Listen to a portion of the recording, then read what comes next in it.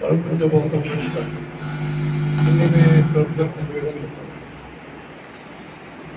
आज परम पूज्य मोदी सत्र सम्मेलन इनका जन्मदिन बाबा साहब के ज़माने में जब वो बाबा साहब हमारे साथ संबंधित थे तब बाबा साहब जयंती मनाई गई। तब बाबा साहब ने जयंती के बारे में जो कहा है वो बातें हमने पढ़ने थे। जब हम लड़के होते हैं अब बाबा साहब को देखते हैं, बाबा साहब का बुद्ध का संघर्ष, बाबा साहब का बुद्ध का जो विचार है, जो जीवन है, एक ही पे हमको दिखाई पड़ेगा। बुद्ध घर के बाहर निकले क्यों? बुद्ध को जो बुद्ध को मिला है, वो बुद्ध को मिलने के कारण क्या रहा है? वो पानी का संघर्ष रहा है।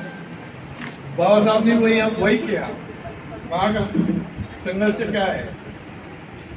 बुद्ध ने कहा क्या? बुद्ध ने क्या किया? पानी का संघर्ष किया। बुद्ध घर के बाहर निकले, बाबा साहब ने पानी का संघर्ष किया।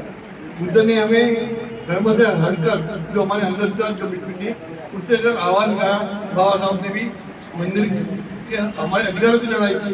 बाबा साहब ने भी जो नाथी का काला सत्याग्रह किया वो भगवान के मंदिर की प्राप्ति का उद्देश्य नहीं था, अधिकार प्राप्ति का लड़ा था।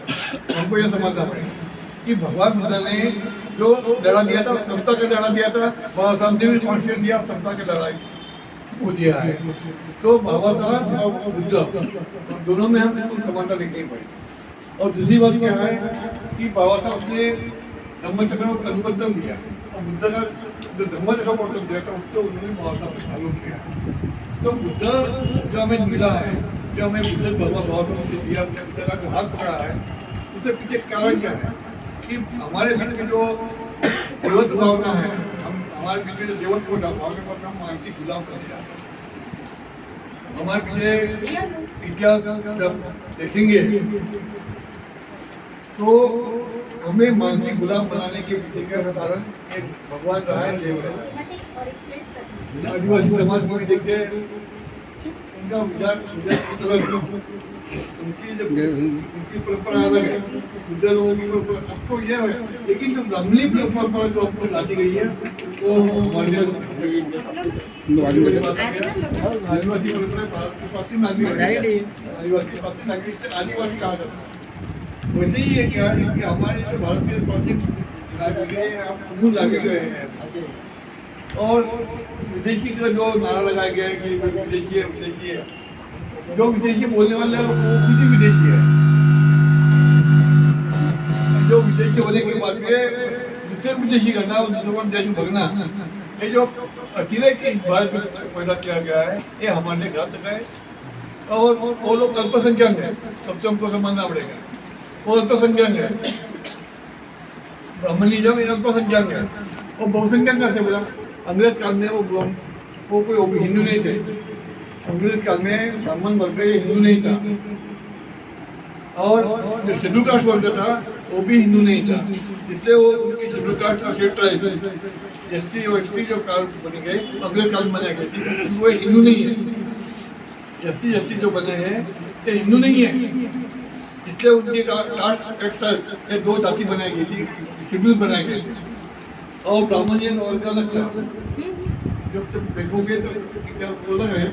तो अल्पसंख्यक होने के बाद आज़ादी मिलने के बाद मुझे लगा कि आज़ादी मिलने के बाद हम तो माइनॉरिटी में रहेंगे, हम सत्ता कभी नहीं कर पाएंगे। इसलिए वो हिंदू बने और हिंदू बनने के बाद में आज माइनॉरिटी वर्ग बहुसंख्यक के माध्यम से और सत्ता पे है।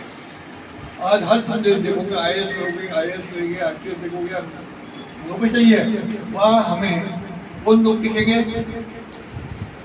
कि माइनॉरिटी में जो ब्राह्मण वर्ग है वो हर जगह बहुसंख्यक दिखा है। हमारा कोई ओबीसी आदमी जॉब में या सत्ता में बहुसंख्यक नहीं है। माइनॉरिटी वाले बहुसंख्यक है और जो बहुसंख्यक वर्ग है वो माइनॉरिटी में। वही बातें मुस्लिम रहो या बुद्धिस्ट रहो, एक जमाने में बहुसंख्यक था, आज माइनॉरिटी में आ गया। हमें जागना पड़ेगा।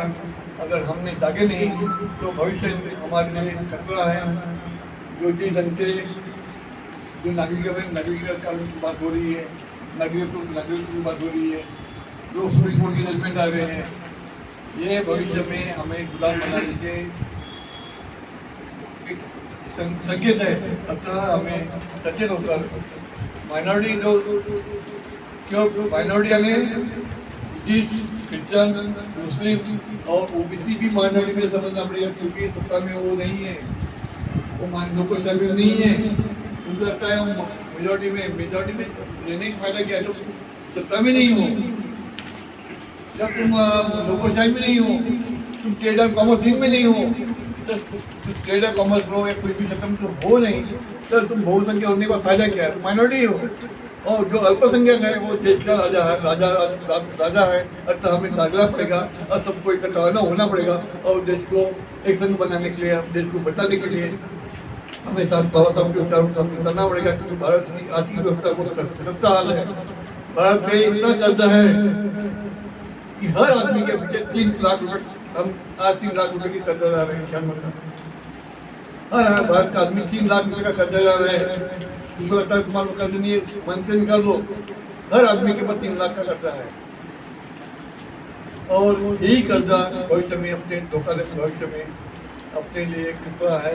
अतः हम जागरूक होना पड़ेगा और हमारे अधिकारों पे हमें जागना पड़ेगा, लड़ना पड़ेगा।